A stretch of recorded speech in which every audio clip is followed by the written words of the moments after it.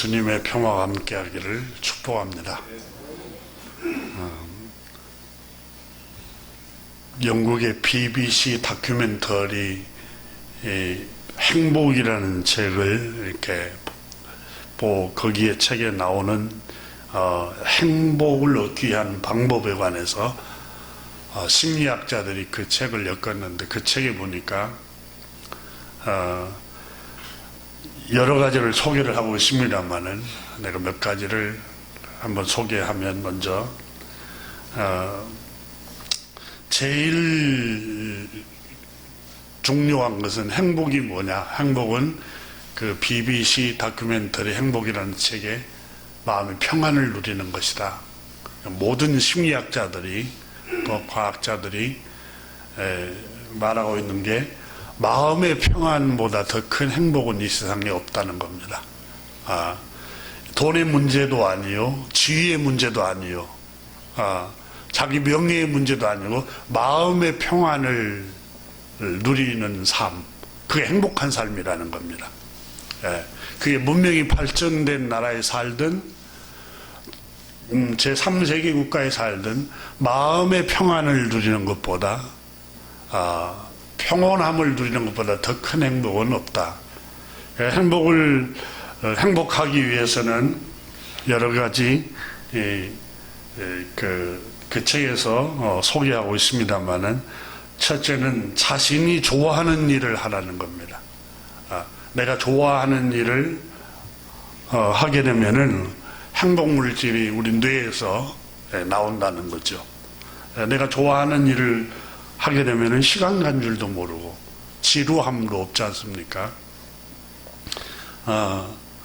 그래서 내가 좋아하는 일을 할 때에 우리 뇌에서 행동물질인 도파민이 분비되어서 즐거움을 느끼게 된다는 겁니다.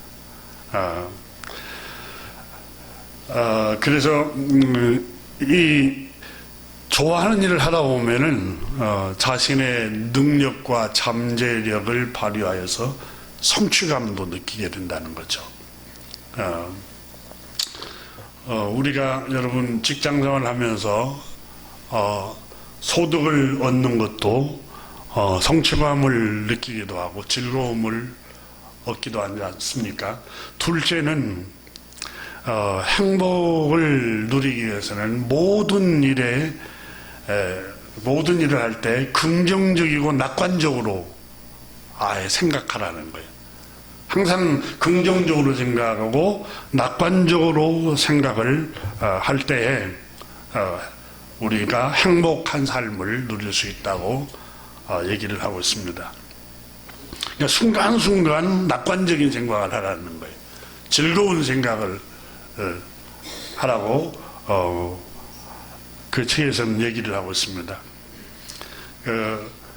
현실적인 어려움 속에서도 해결 방안을 찾고 또 기회와 성장의 계기로 삼는 긍정적이고 낙관적인 생각이 밝은 미래를 낳는다, 이렇게 그 책에서는 적고 있고, 세 번째는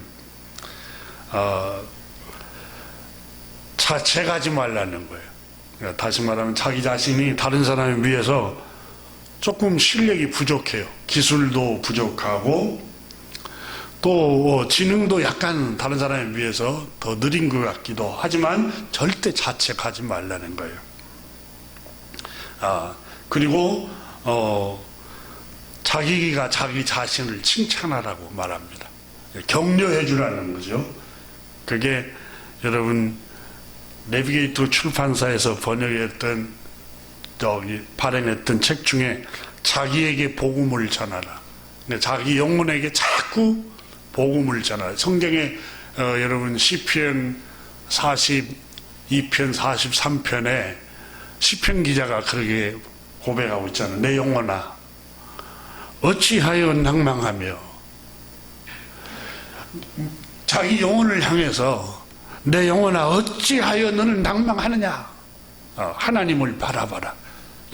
설교를 통해서 제3자가 나에게 얘기해 주는 게 아니라 자기가 자기 영혼을 자꾸 격려하고 비관적이고 낙담에 있으면 자꾸 이렇게 세우는 말을 하라는 거죠. 그래서 먼저 자신을 다른 사람이 격려하고 칭찬하기 전에 내가 먼저 나의 장점을 칭찬하고 내가 내 영혼을 격려해 주라는 겁니다. 사람은 아무리 똑똑해도 단점이 있습니다. 완벽한 사람은 없습니다. 다 장단점이 있습니다. 저렇게 재능이 없는 사람에게도 보이지 않는 굉장히 큰 장점이 다 있습니다. 그게 사람에게 두드러지게 드러나서 장점이 크게 보이고 능력 있게 보일 뿐이지, 보이지 않는 장점도 누구나 다 갖고 있습니다.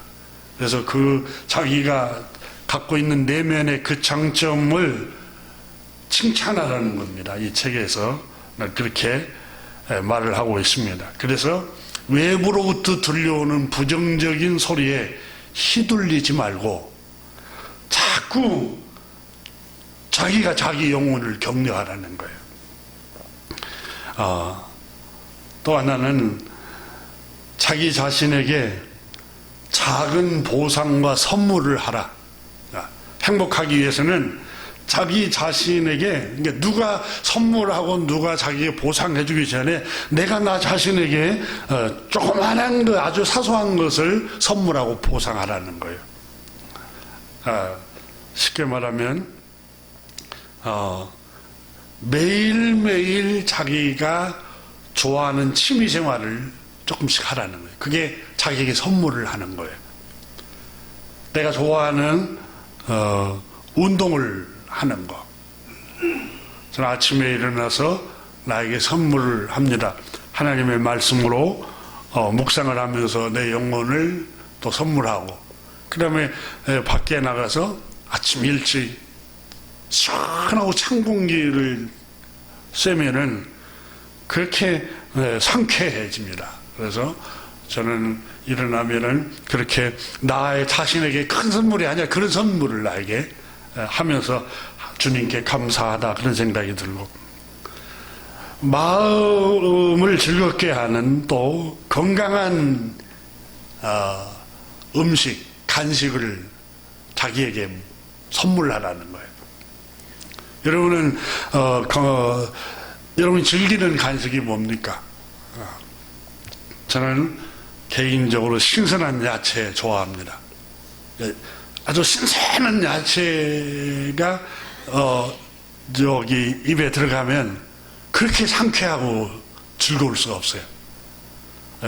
그래서 때때로 핀잔을 듣기도 합니다. 고기 안 먹는다고.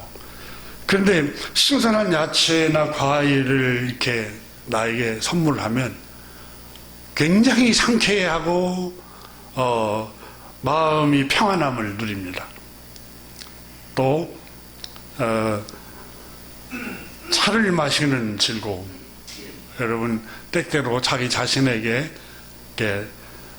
다른 사람을 대접하는 것도 대접하지만 여러분 자신에게 차를 마시는 시간을 한 번씩 가지십시오. 또 자기 자신에게 산책하는 즐거움도 주고. 다섯 번째로 행복을 위해서는, 그 책에서는 심리학자들이 또 통계를 내서 집약해 놓은 것 가운데 하나가, 좋은 집, 비싼 집, 큰 집, 이 높은 소득, 이것보다 더 행복하게 하는 게 사랑하는 사람들과 함께 시간을 보내라는 거예요. 사랑하는 가족들, 사랑하는 친밀한 형제와 가족들과 함께 친밀한 교감을 나누면서 음식을 먹으면서 시간을 보내라는 거예요. 그게 행복이라는 거예요. 행복은 여러분 멀리 있지 않습니다. 별것도 아니에요. 행복은 가장 가까운 데에 있는데 우리는 너무 멀리서 찾는 경향들이 있는 것 같습니다. 그래서 행복을 위해서는 내가 이 다음에 은퇴하고 좋은 집을 짓고 뭐 이렇게 해야겠다. 이게 행복이 아닙니다. 여러분, 지금 여러분 자녀들과 또 여러분 남편과 아내와 여러분 형제와 함께 친밀한 관계를, 사귐을 갖고 또 담소도를 이렇게 나누십시오. 이게 행복이라는 겁니다.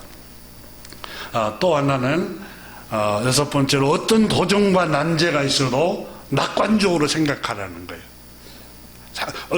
어려운 위기가 닥쳐오면은 주저앉고 좌절하지 말고 반드시 그 낙관적으로 생각하라는 겁니다. 여러분, 이게 성경에 이게 다 이 심리학자들이 말하고 있지만 하나님 말씀은 수천 년 전에 얘기하고 있습니다. 하나님의 사랑하는 자, 그 뜻대로 부르심을 입은 모든 사람에게는 모든 것이 협력하여서 좋은 결과를 가져온다. 해피엔딩, 선을 가져온다. 결국은 좋게 만든다는 거예요. 우리의 시련, 우리의 고난, 우리의 슬픔, 우리의 아픔, 실패, 이 모든 것이 다 융합을 해서 결국은 좋은 결과를 가져온다는 걸 믿으라는 거예요. 고린도전서 10장 13절에도 사람이 감당을 시험받기는 너에게 당한 것이 없나니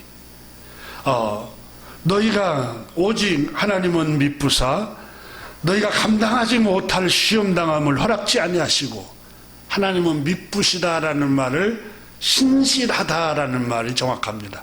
하나님은 신실하시며 거짓이 없으시며, 그 신실하신 하나님께서는 너희가 감당하지 못할 시련을 허락하지 않으신다. 그러니까 나에게 지금 직면에 있는 시련을 다 하나님은 감당할 수 있는 힘이 있기 때문에 그 시련을 주신다는 거예요.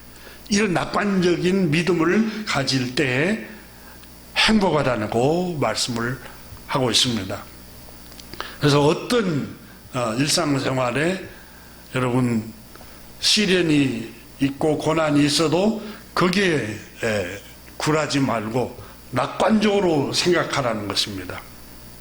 여러분, 지내놓고 보면은 모든 게 다 지나가지 않습니까? 한번 생각해 보세요. 젊은 날에 힘든 날들 생각해 보세요. 그때는 정말 잠 못 이루는 밤을 보내지만은 지내놓고 보니까 다 언제 지나갔는가 해서 하듯이 다 지나갑니다. 그러니까 그때에 너무 비관적으로 생각하지 말라는 거. 지금 현재 시간이 해결해 주는 것들이 수없이 많습니다. 또 일곱 번째는, 그 책에서는 하루하루 사소한 일을 통해서 즐거움을 만끽하라 이렇게 말합니다. 사소한 일. 그러니까 여러분 부자가 되고 또 연봉이 많아지고 또 이런 거창한 일들을 통해서 즐거움을 찾지 말고 하루하루 아주 사소한 것에 여러분 즐거움을 찾으라는 거예요. 신선한 공기를 마시는 즐거움, 떠오르는 아침 출근길에 태양, 노을을 만끽하는 즐거움. 그 책에는 따뜻한 햇살을 쬐이고 그런 즐거움, 또한 하얀 눈이 내리는 걸 보고 즐거워하는 즐거움, 봄이 되면 새싹이 푸르푸르 나오는 즐거움, 또 꽃이 피는 꽃을 보면 또 그런 즐거움. 저희 아버님이 살아계실 때 한 번씩 저에게 아가, 나를 데리고 의시장을 한 번씩 데리고 가거라 그러셨습니다. 왜 그러냐고 그랬더니 그걸 뭘 살려고 그런 게 아니라 생선이 파닥파닥파닥 튀는 걸 보면은 그 얼마나 즐거운 일인지 모른다고, 그 생동감 있는 그 즐거움. 그러시더라고요. 근데 제가 이렇게 점점 세월이 지나다 보니까 소소한 즐거운 것에 즐거워하셨구나 그런 생각이 듭니다. 그러니까 그걸 비싼 회를 먹고 그 값비싼 생선을 사서 즐거운 게 아니라 그 상인들이 아침에 일찍 생기가 돋으면서 그 생선을 팔고 파닥파닥 튀기는 모습, 그런 즐거움. 심리학자들이 그 책에서, 세 분의 심리학자들이 그 책을 엮은 것 같은데, 그 책을 읽어보니까 그 소소한 즐거움을 만끽하는 것이 행복이다, 이렇게 말했습니다. 실제로 여러분, 우리가 너무 큰 것 말고 작은 것의 즐거움을 찾아가면은 행복한 삶을 누릴 수가 있습니다. 또 하나는 영감 있는 음악을 들으라. 영감 있는 음악을 들으면 행복해질 수가 있다. 여러분, 우리가 찬양을 정말 영감 있는 찬양을 하고 또 듣기도 하면은 마음이 여러분 평화롭고 마음이 안정이 되고 또 마음이 감동이 되기도 하고 그러지 않습니까? 실제로 여러분, 사울왕이 불안과 두려움과 번뇌하는 때 다윗이 수금으로 연주를 하니까, 찬양을 영감 있는 곡을 연주를 하니까 번뇌케 하는 악신이 떠났더라 그랬어요. 악신이. 마음이 평안해지는 거예요. 한 번씩 저도 TV, 유튜브 다큐멘터리 이런 걸, 자연이 나오는 걸 봅니다. 왜냐하면 자연 풍경을 나오는 걸 보면 내 마음이 고요해져요. 근데 복잡한 그 영화, 드라마 이런 걸 잘 시청을 안 합니다. 내 마음까지 괜히 그 시끄러울 필요가 없으니까 저는 그런 걸 삼가합니다. 왜냐하면은 조용한 그걸 내 마음을 위해서, 행복을 위해서, 그 소소한 행복을 누리기 위해서. 탈무드에도 마음을 고요하게 하는 게 두 가지 요소가 있다고 그러지 않습니까? 첫째는 풍경이라고 했습니다. 창조주 하나님께서 지으신 아름다운 광활한 풍경을 보면은 그걸 바라보고 있느라면 마음이 안정이 되고 고요해진다는 겁니다.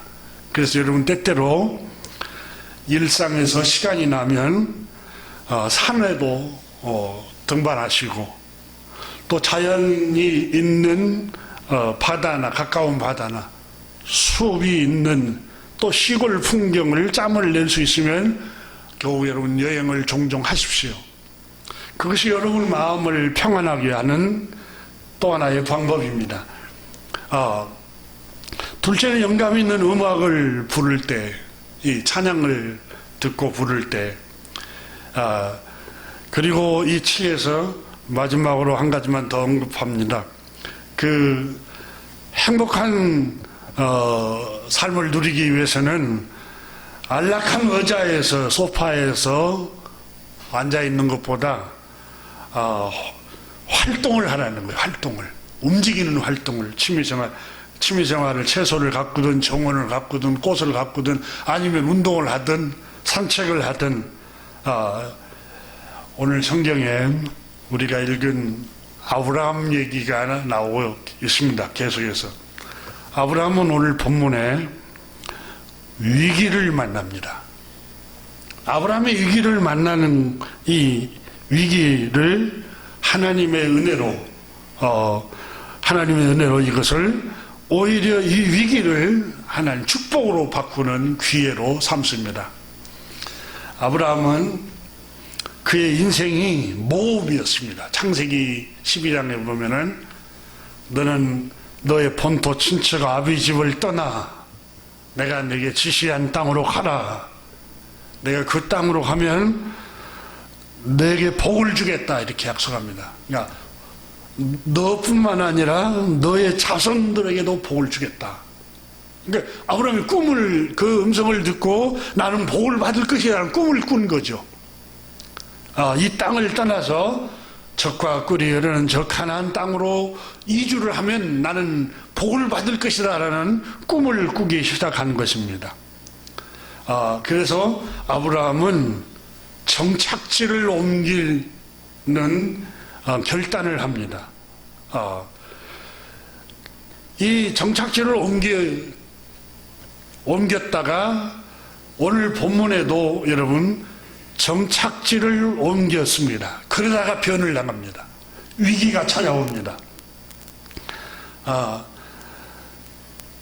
이 오늘 성경에 우리가 1절부터서 한번 보십시오. 아브라함이 거기 네게부 땅으로 옮겨 가데스와 술 사이의 거랄에 거류하며 네게부 땅으로 옮겨서 가데스와 술 사이 거랄 지역으로 이주를 합니다. 이사를 합니다. 근데 바로 그때에 그 지역에 아비멜렉이라는 그 지역의 분봉왕 통치하고 있었습니다.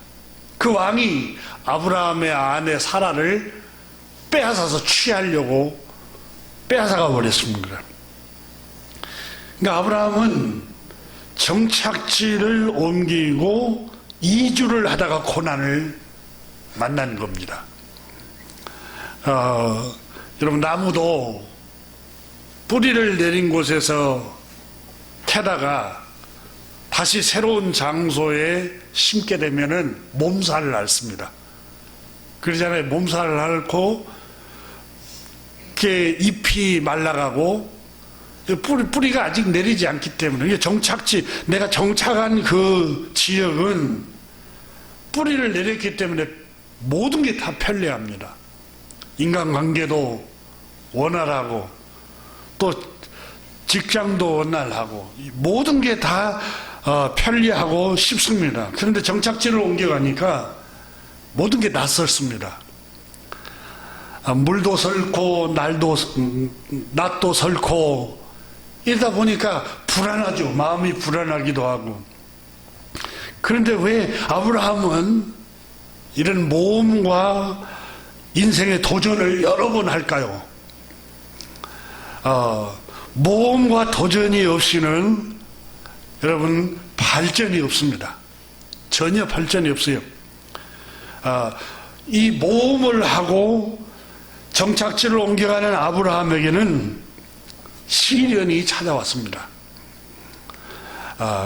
그렇지만 모험은 힘들고 두렵지만 새로운 것을 도전하면은 더 높이 인생을 비상할 수 있다는 겁니다.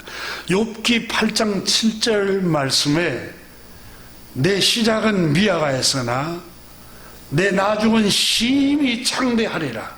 여러분, 창세기 12장에 아브라함이 너의 본토 친척 아비 집을 떠나라.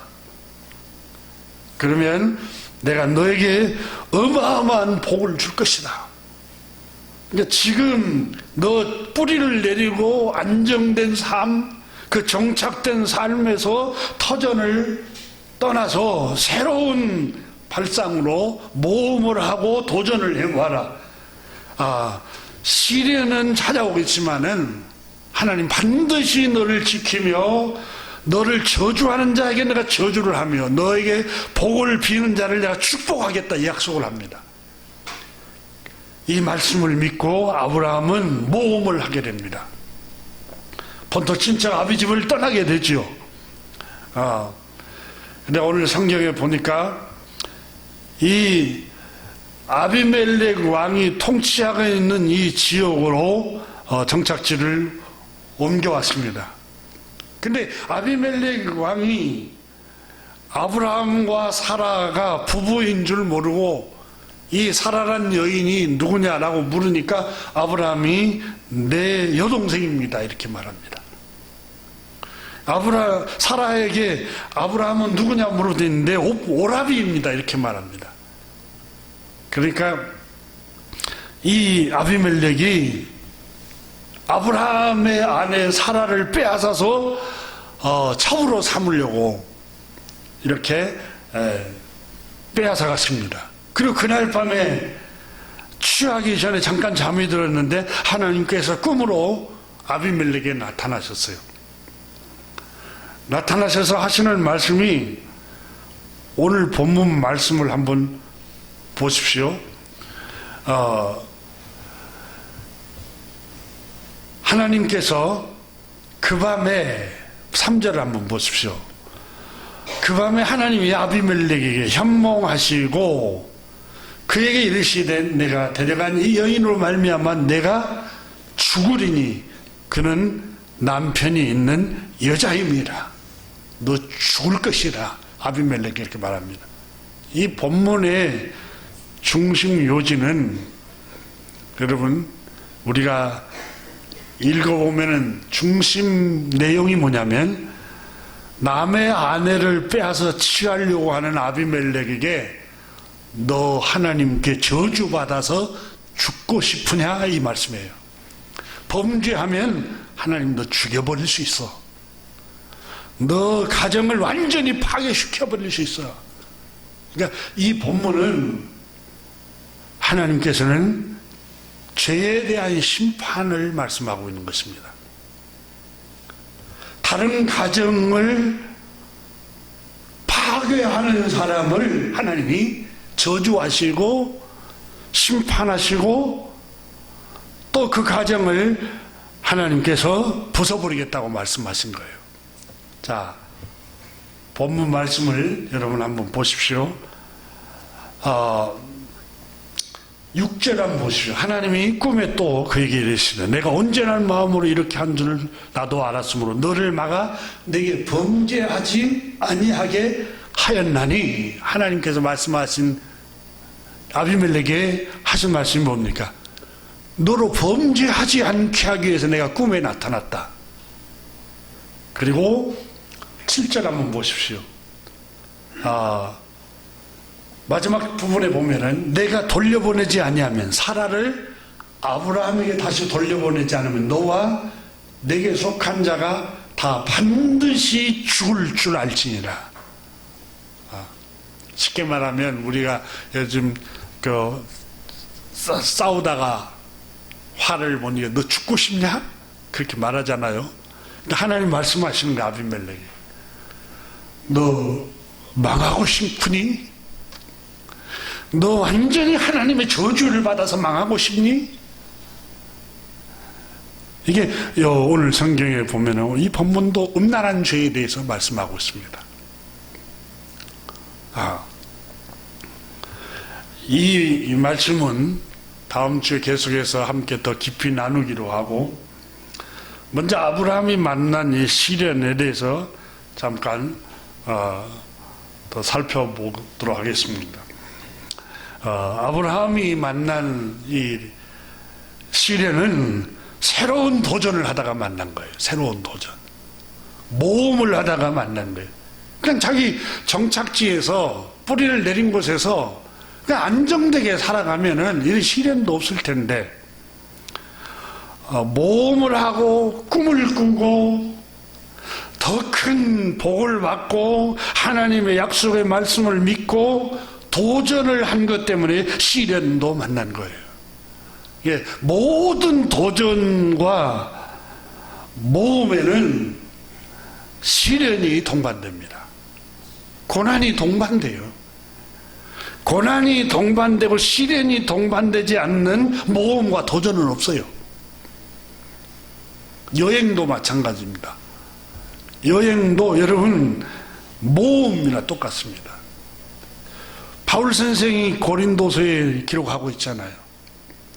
강도의 위험과 바다의 위험과 또 여러 가지 질병의 위험과 또 물로 인해서 물이 맞지 않아서 여러분 배탈이 나는 위험과, 그러니까 요즘 여행은 여러분 자동차 시대잖아요.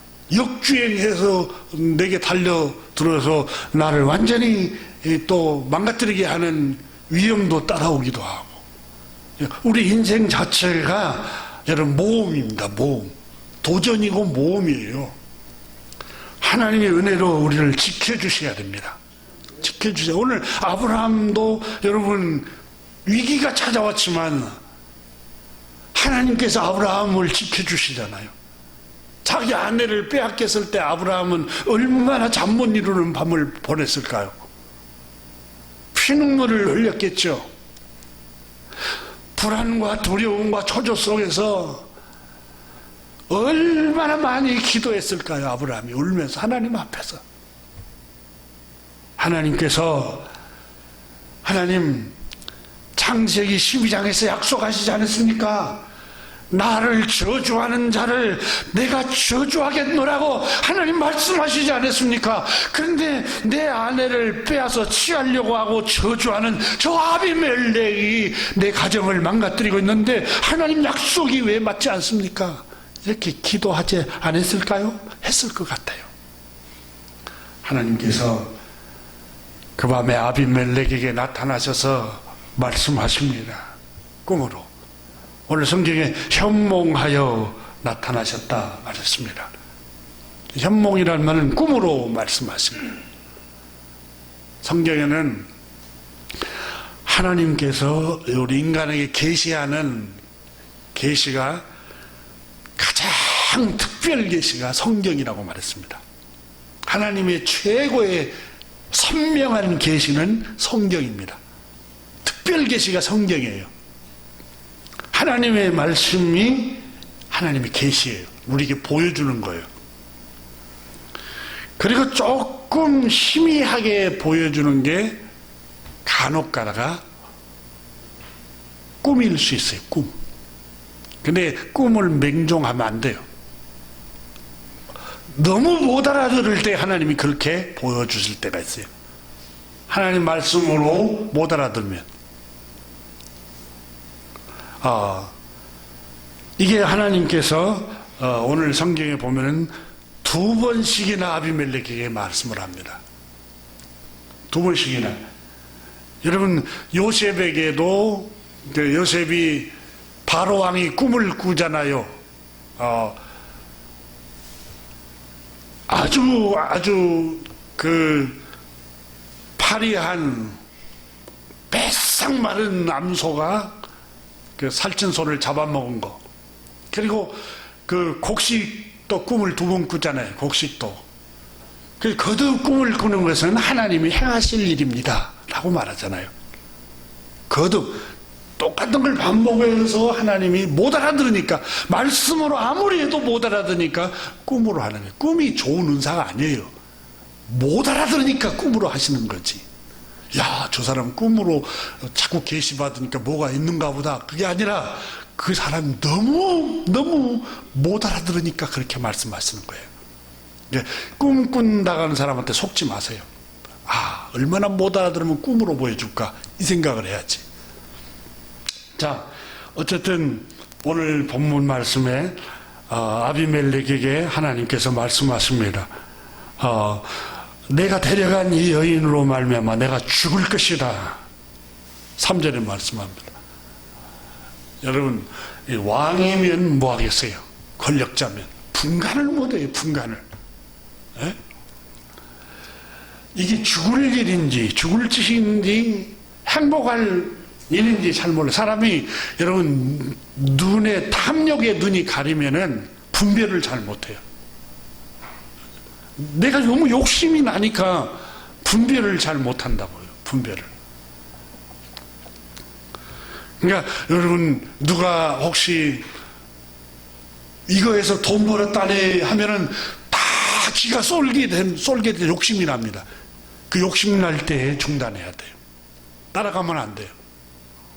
뭐든지 여러분 그렇습니다. 뭐든지. 모든 사람이 다 이것 때문에 돈 벌었다네 하면은 거기에 중단해야지. 거기에 따라가면 안 돼요. 눈이 어두워져요. 다. 꿈으로 하나님께서 나타나셔서 말씀을 해 주셨습니다. 그 여인은 남의 아내다 이렇게 말씀을 해 주셨습니다. 그런데 이 아비멜렉이 여러분 2번째로 하나님이 그렇게 말씀하시죠? 왜 2번째로 말씀하실까요? 여러분 한 번 말을 해도 안 들어요. 그러면 부모가 또 어떻게 하죠? 2번 말하잖아요. 한 번 하나님이 경고를 하는데도 그게 귀담아 듣지를 않는 거예요. 귀담아 듣지를 않는 거예요. 아브라함은 어쨌든 도전을 하다가 이런 위기를 만납니다.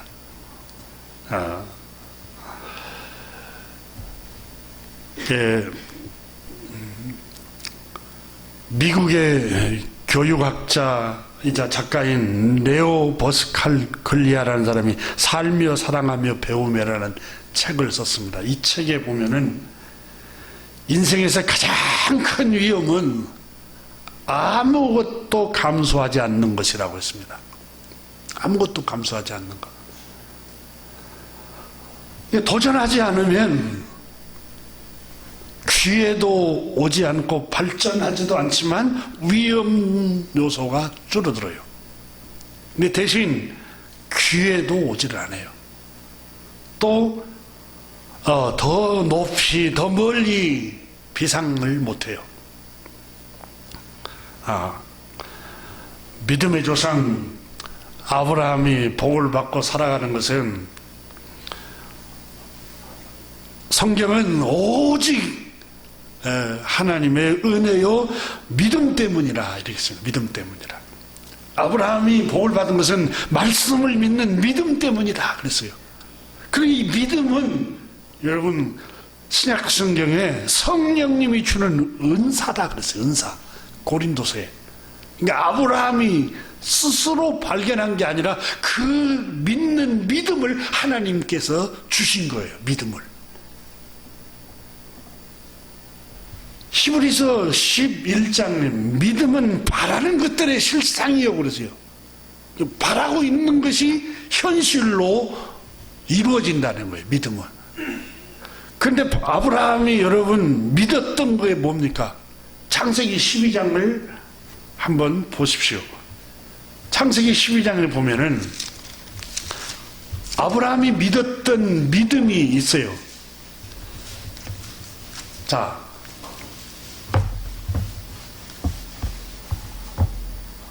아브라함에게 하나님께서 모험을 하라고 1절에 말씀합니다. 도전을 해보라고. 그죠? 너의 고향, 친척, 아버지 집 떠나라. 터를 닦고 있는 땅, 직장도 튼튼하고 또 인간관계도 좋고 편리한 생활로부터서 떠나서 도전을 해보라는 거예요. 도전을. 장사를 하는 것도 도전이고 사업을 하는 것도 도전이고 직장 옮기는 것도 도전이잖아요. 모든 게 다 도전입니다. 이렇게 꼭 집만 떠나는 게 도전이 아니라 이렇게 도전해라. 그러면서 2절 한번 보십시다. 이 도전을 하면 내가 너에게 어마어마한 보상을 하겠다. 보세요. 2절 내가 너로 큰 민족을 이루고 너에게 복을 주어 내 이름을 창대케 하리니 너는 복이 될지라. 이 도전을 하면 복을 어마어마한 복을 받게 될 것이다. 그 얘기예요.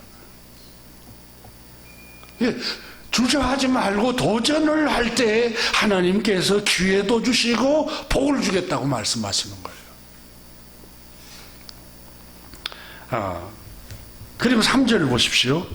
너를 축복하는 자에게는 내가 복을 내리고 너를 저주하는 자에게는 내가 저주하리니 땅의 모든 족속이 너로 말미암아 복을 얻을 것이라. 그러니까 아브라함은 믿음으로 복을 받았다고 말씀하지 않습니까? 아브라함은 나를 축복하는 자는 복을 받고 나를 저주하고 나를 시기하고 나를 미워하는 자는 그 사람 저주받을 거야. 이걸 바라보고 믿는 거예요. 그 믿음이 있었기 때문에 어디를 가든지 담대했던 거예요. 믿음은 바라는 것들의 실상이라고. 아브라함은 이걸 믿었어요, 여러분. 이걸 믿었기 때문에 도전을 하기 시작한 겁니다. 이 믿음이 있을 때 여러분 확신을 갖게 되고 내가 여기를 떠나면 망할 것 같아. 내가 여기를 떠나면 나는 도저히 일어설 수가 없을 것 같아. 내가 다른 것을 도전하면 안 돼. 나는 여기가 괜찮아. 이 직장도 괜찮고 또 내가 안주하고 싶어. 여러분 마음이 끓이김이 없으면 도전을 하고 끓이김이 늘 있거나 불안하면 도전하면 안 됩니다. 고전을 읽어보면은 우리보다 먼저 살다 간 사람들이 마음에 끓이김이 있는 것은 더 깊이 생각하고 더 숙고하라. 이게 먼저 수백 년, 수천 년 살다 간 사람 선배들이 하는 고전에, 서양 고전에 나오는 얘기들입니다. 그러니까 하나님께서 우리를 인도하실 때에 우리 마음에 끓이김이 없도록 인도하십니다. 그러니까 아브라함은 본토 친척 아버지 집을 떠나 내가 내게 지시한 땅으로 가라 그럴 때 끓이김이 안 생기고 확신이 드는 거예요. 그래서 너에게 복을 주겠다. 아, 맞아. 난 이 도전을 하고 이 모험을 하면 하나님 반드시 나에게 복을 줄 것이라 이런 확신이 있고 끓이김이 없으니까 앞으로 나간 거예요. 여러분 요한복음 16장 24절에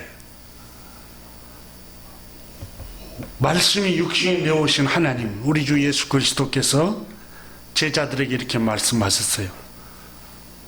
기도 응답은 어떻게 오느냐? 여러분 우리 그 신비주의자들이 기도 응답 오면은 온 몸이 찌릿찌릿 뭐 전기 온 것처럼 막 손이 떨리고 뭐 바람 소리가 다 헛소리입니다. 헛소리예요. 여러분 기도 응답은 어떻게 오느냐? 요한복음 16장 24절에 지금까지는 너희가 내 이름으로 아무것도 구하지 아니했으나 구하라 그리하면 받으니 너희 기쁨이 충만하리라. 마음에 평안이 끓이김이 없어지리라. 마음이 나의 마음속이 늘 평안해 나의 마음속이 늘 평안해 악한 죄 파도가 많으나 마음이 늘 평안해. 마음이 늘 평안한 마음이 드는 거예요. 기도 응답은 어떤 다른 방법으로 온 게 아니라 우리 마음이 늘 마음에 끓이김이 없이 평안해지는 거예요. 이 비성경적으로 가르치는 사람들이 자꾸 기도 응답은 물리적으로 어떤 뭐 바람으로 뭐로 온다 이 거짓말만 하는 거지. 우리 주님께서 말씀하셨어요. 성령님은 진리의 영이라. 우리 주님이 친히 그 복되신 입으로 지금까지 너희가 내 이름으로 아무것도 구하지 않으사 구하라 그리하면 받으리니 너희 기쁨이 충만하리라. 뭐가 확 환경이 바뀌어버린 게 아니라 마음이 기쁨이 충만하리라. 여러분 시련도 우리 마음이 긍정적으로 바라보면 그 시련을 아무것도 아니게 보여요. 다윗이 골리앗을 봤을 때 이스라엘 백성들이 골리앗을 봤을 때 마음이 살림이 바람에 흔들린 것처럼 흔들렸어요. 불안했어요. 여러분 허벅지가 양쪽으로 호들호들 떨려서 부딪혔어요. 그 정도로 불안했어요. 근데 다윗은 마음이 불안하지 않았어요. 저 할례받지 못한 저 이방인 주제에 만군의 하나님 여호와 하나님 천지를 창조하신 하나님의 이름을 모욕하다니 너는 칼과 단창으로 내게 나가오거니와 나는 여호와의 이름으로 피난처시여 산성이여 나의 방패이신 나의 요새이신 하나님의 이름으로 너에게 나가노라. 이 담대함이 생기는 마음에 평안이 있고 마음에 확신이 들고 마음에 끓이김이 없는 거예요. 담대함이 생기는 거예요. 이게 응답이에요. 이게 응답. 그러니까 환경을 이기잖아요. 2척이 넘는 2m가 넘는 골리앗. 골리앗이라는 사람은 성경적으로 물리적으로 여러분 문자적으로 골리앗이기도 하지만 우리가 넘어뜨리지 못할 우리에게 도전해오는 환경을 말하는 거예요.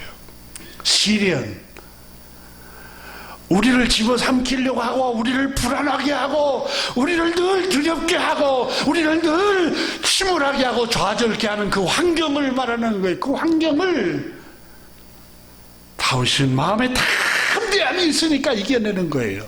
쓰러뜨리는 거예요. 그래서 지금까지는 너희가 내 이름으로 아무것도 구하지 아니하였으나 구하라. 그리하면 받으니 너희 기쁨이 충만하리라. 요한복음 14장 27절에는 평안을 너희에게 끼치노니 그 나의 평안을 너희에게 주노라. 내가 너희에게 이르는 것은 세상이 주는 것 같지 아니하리니 너희는 마음에 근심도 말고 두려워하지도 말라. 하나님을 믿으니 또 나를 믿으라. 주님을 의지함으로 평안을 누리라는 거예요. 주님의 말씀을 붙들고, 맞아, 사람이 감당할 시험밖에는 당한 것이 없나니 하나님은 신실하셔서 너희가 감당치 못할 시련은 주시지 않으시고, 또 시련을 당할 즈음에 피할 길도 주시는 신실하신 하나님이시야. 그걸 믿는 믿음이 갖는 거예요. 그러면 어떤 시련이 와도 낙담하거나 비관적으로 현실을 바라보지 않아요. 아브라함은 기도하면서 모험과 도전을 해서 비록 시련을 당했지만은 믿음으로 사는 아브라함을 하나님이 그 아내를 지켜줍니다. 빼앗겼어도 지켜줘요. 요한복음 16장 33절에 우리 주 예수 그리스도께서요 말씀하시기를 제자들에게 이것을 너희에게 이르는 것은 너희로 내 안에서 평안을 누리게 하리 함이라. 세상에서는 너희가 환난을 당하나 담대하라. 내가 세상을 이겼노라. 이 세상을 이겼다는 말은, 이 세상이라는 말은 여러분 환난을 말하기도 합니다.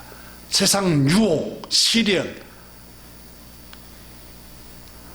우리가 살고 있는 이 세상이라는 게 어떤 세상, 땅을 말하는 게 아니라 여기서 말씀하고 있는 상징적인 것은 바로 시련, 유혹, 환난, 고난, 어떤 위기도 내가 다 이겼다. 내 평안을 너에게 주노라. 그렇게 말씀하셨어요. 바울 선생도 기도 응답은 어떻게 오느냐?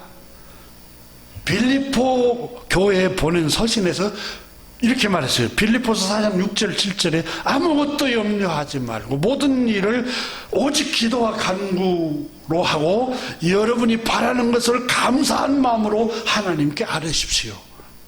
그렇게 하면 사람의 헤아림을 뛰어넘는 하나님의 평강이 여러분의 마음과 생각을 그리스도 예수 안에서 지켜주실 것입니다.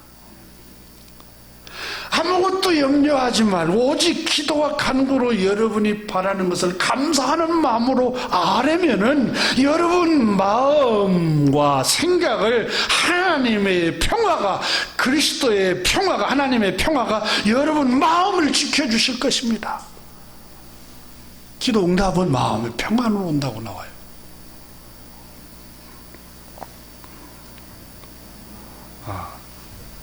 아브라함은 이렇게 도전을 하고 모험을 할 수 있었던 것은 꺼리낌이 없었어요. 마음에 확신이 있었어요. 확신. 여러분 주님의 인도를 받고 어떤 모험을 하거나 도전을 할 때 여러분이 더 사업을 확장하든 장사를 확장하든 뭐 직장을 옮기든 뭘 하든 간에 여러분 마음에 확신이 있고 마음에 평안이 있고 마음에 끄리낌이 없으면은 하나님의 인도를 받아서 여러분 모험을 해보십시오. 하지만 마음이 끄리낌이 있을 때는 더 깊이 생각해야 합니다.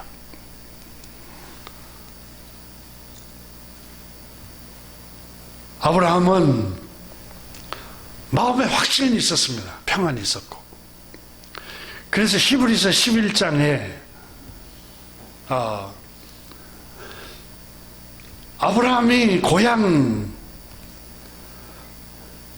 그 터전이 있고 고향 친척 아비 집을 떠나는 모험을 할 때에 어떻게 할 수 있었을까? 아브라함은 믿음이 있었어요. 확신이 있었기 때문에 그게 가능한 거예요. 히브리서 11장 8절에 이렇게 적었습니다. 성경에 믿음으로 아브라함은 부르심을 받았을 때, 히브리서 11장 8절에 창세기 12장을 두고 하는 말이에요. 믿음으로, 그 말이에요. 믿음으로 아브라함은 부르심을 받았을 때, 하나님의 음성을 듣고 너는 너의 본토 친척 아비 집을 떠나 내가 네게 지시한 땅으로 가라. 그리하면 내가 너에게 복을 주겠다. 내 이름을 창대케 할 것이나 너를 괴롭힌 사람은 내가 저주하고 너를 축복하는 사람은 내가 축복하며, 이걸 믿음으로 받아들였단 말이에요. 히브리서 11장 8절에 믿음으로 아브라함은 그 말씀을 믿음으로 부르심을 받았을 때 순종하여 장래 유업으로 받을 땅에 나갈새 갈 바를 알지 못하고 나갔으며, 그게 보장되어 있는가? 그게 정말 안전한 땅인가? 안 가봤으니까 몰라요.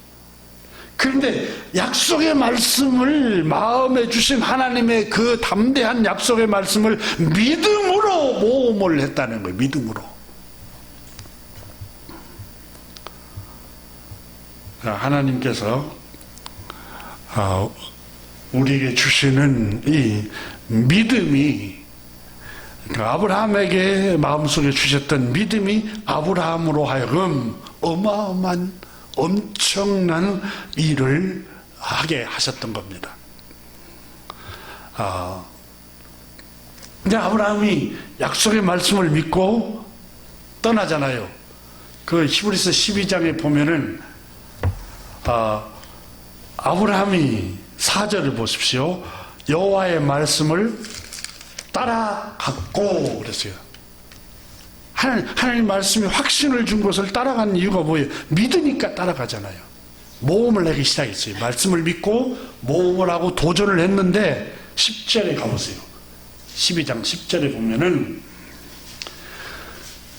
그 땅에 기근이 들었으므로 아브라함이 애굽에 거류하려고 그리로 내려갔으니 이는 그 땅에 기근이 심하였습니다. 아브라함이 약속의 말씀을 믿고 모험을 시작했어요. 그런데 첫 번째 오는 게 뭐였어요? 축복이 바로 온 게 아니라 시련이 찾아오잖아요. 모험에는 이렇게 시련이 동반이 돼요. 도전에는 이렇게 시련이 동반이 됩니다. 근데 아브라함도 혼자 떠나기가 조금 그러니까 자기 조카 롯을 데리고 갔지요. 조카 롯을 데리고 갔습니다. 그 4절에 보면은 롯도 그와 함께 갔으며 그랬잖아요. 여러분 혼자 길을 떠나고 나선다는 것은 굉장히 외롭습니다. 그런데 누가 동반하는 자가 있으면 그렇게 안도가 됩니다. 예수님께서도 제자들을 보내실 때 하나씩 안 보내고 둘씩 보냈어요. 반드시 둘씩 보낸 이유가 있어요. 인간의 심리를 너무 잘 알아요. 우리 주님께서. 여러분 주님은 전능자이기 때문에 나만 믿고 나의 전능함을 믿고 근데 혼자 가거라 그럴 수 있잖아요. 근데 그렇게 하시지 않았어요. 여러분 창세기 2장에서도 아담을 창조하잖아요. 아담이라는 말이 그 히브리 말인데 우리말로 사람이라는 뜻이에요. 사람을 창조하셨어요. 근데 혼자 있는 것을 좋게 여기지 아니하셨더라 이렇게 기록하고 있잖아요. 혼자 있으면 좋게 여기지 않았다는 말은 혼자는 너무 스스로 감당하기 힘든 인간의 모습을 보았다는 거예요. 그래서 동행할 수 있는 동행자를 하나님께서 갈빗대를 취하여 여성을 하나님의 형상대로 창조하셔서 그에게 데려다 줍니다. 그 본문의 말씀은 여러분 아담에게 사람에게 동행자를 보내주신 거예요. 동행자를 함께 동행할 수 인생의 동반자를 보내주신 거예요. 외롭지 않도록. 이게 아브라함도 자기 롯과 같이 조카 롯과 동행을 합니다. 그런데 이 두 사람 가정은 목축업을 냈습니다. 오늘날처럼 목축업 우리나라처럼 뭐 외양간을 만들어놔가지고 거기에 뭐 여기 볏집을 가져가다가 먹인 게 아니라 유목민이었어요. 유목민. 풀이 나는 곳으로 이동을 합니다. 계절을 따라서. 두 사람이 목축업을 하기 때문에 양떼는 늘어나고 풀과 물을 먹일 곳은 넉넉하지가 않고, 그러니까 서로 보이지 않는 갈등이 생기는 거예요. 누가 목초지가 풍요로운 곳에 차지하여 자신의 양을 먹이고 물이 넉넉한 곳에 양을 풀어서 젖을 많이 나오게 우유를 많이 생산하게 할까, 이렇게 한 것 때문에 서로 그의 목자들이 다투기 시작합니다. 13장 8절에 보면은 이렇게 기록합니다. 아브라함이 롯에게 이르되 우리는 한 친족이라 너나 내 목자나 서로 다투게 하지 말자. 내 앞에 온 땅이 있지 아니하냐. 나를 떠나가라. 내가 좌하면 나는 우하고 내가 우하면 나는 좌하리라. 이렇게 말씀하죠. 여러분, 같이 동행을 하면 외롭지가 않습니다. 근데 나눠 먹을 파이가 줄어들어요. 그러니까 항상 긍정적인 부분과 부정적인 부분이 있어요. 근데 과학자들이 여러분, 인간의 심리는 물질적인 풍요 파이가 적더라도 함께 동행하라고, 정서적인 안정감이 더 행복감을 가져다 준다는 거예요. 그러니까 물질적인 풍요를 선택하는 것보다 정서적인 안정감을 택하라는 거예요. 인간의 행복은 마음의 문제잖아요. 정서의 문제잖아요. 이게 정서의 문제이기 때문에, 그래서 정서적으로 서로 안정감은 있는데 눈앞에 보이는 이익이, 그 이익 때문에 서로 양보할 수가 없는 처지가 이르게 되면 갈등을 하게 됩니다. 갈등을 하게 됩니다. 여러분, 요즘 부모의 유산 갖고 형제들끼리 갈등하는 경우들이 종종 신문에 보도됩니다. 누가 풍요로운 물질을 더 많이 차지할 것인가? 그 물질 만능주의 때문에 정서적인 형제의 우애, 천륜을 다 쓰레기통에 다 버려버려요. 얼마나 어리석은 일인지 모릅니다. 우리가 하루에 3끼 먹습니다. 그리고 사는 게 200년, 300년이 아니에요. 성경에 강간하면 80이요. 70이요, 80이요. 건강한 수명이. 100년 전후에 노아 홍수 때 120년 많이 살면 세계에서 최고 많이 산 사람들. 근데 그 전에 다 떠나요, 세상을. 다 가지고 가지 못해요. 어디를 가지고 가요? 다 놓고 가요. 전도서에 그러잖아요. 미련한 자와 같다고. 다 놓고 갈 것을 갖고 하나님이 우리에게 정서적인 행복을 줄 수 있는 부자지간의 행복, 부모와 자식 간, 형제와 형제 우애를 나눌 수 있는 이것을, 이 정서적인 안정감을 눈앞에 보이는 이익 때문에 다 하나님이 맺어준 천륜을 다 버려버려요. 요즘 시대 사람들이. 불행하게 살다가는 거예요. 불행하게.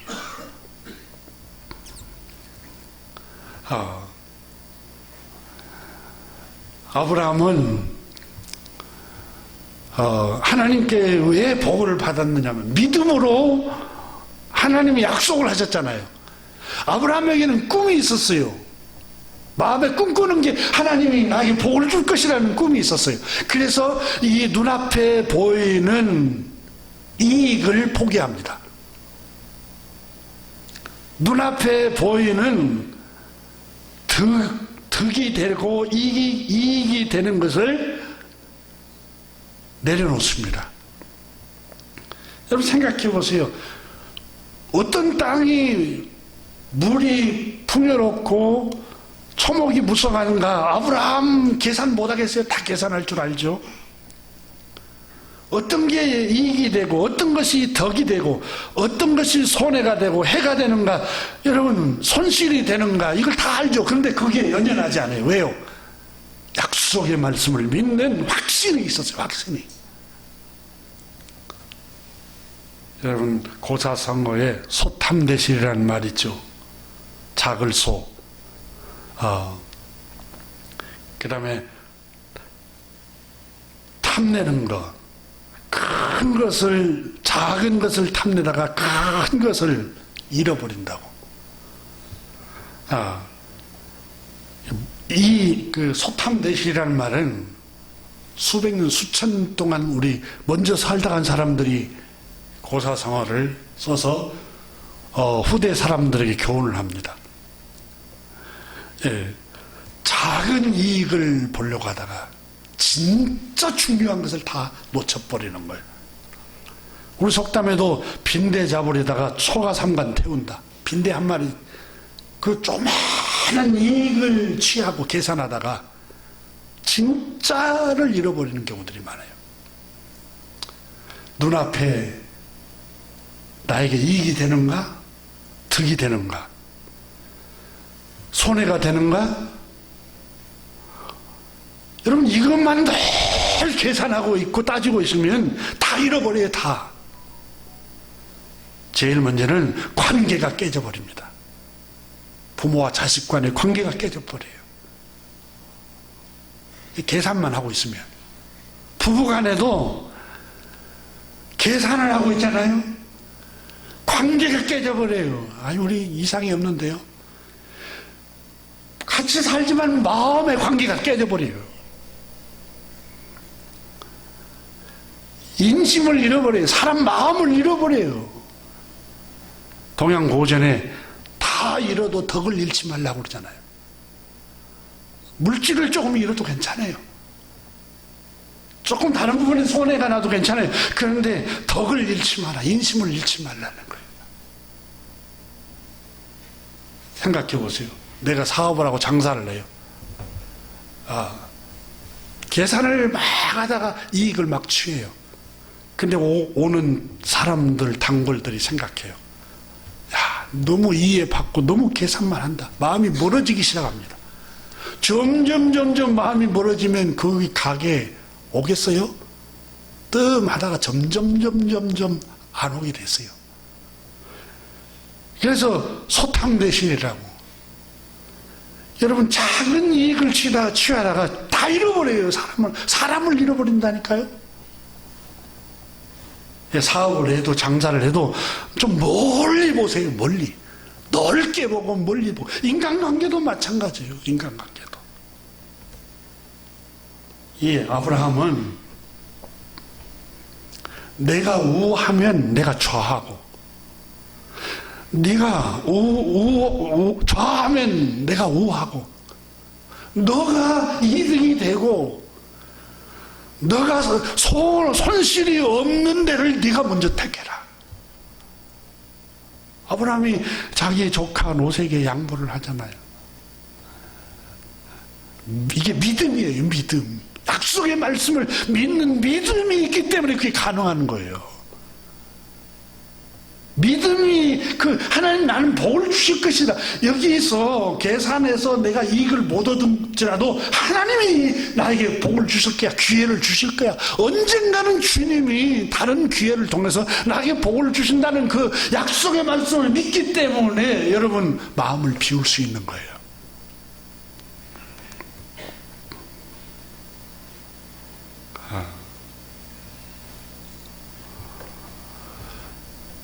동양고전 대학에 책에도 이렇게 적고 있습니다. 마음이 넓으면 편안하여지고 몸에도 살이 붙는다 그랬어요. 이 마음이 넓잖아요. 마음이 편안해집니다. 근데 자꾸 짜그릉한 것이 계산하고 있잖아요.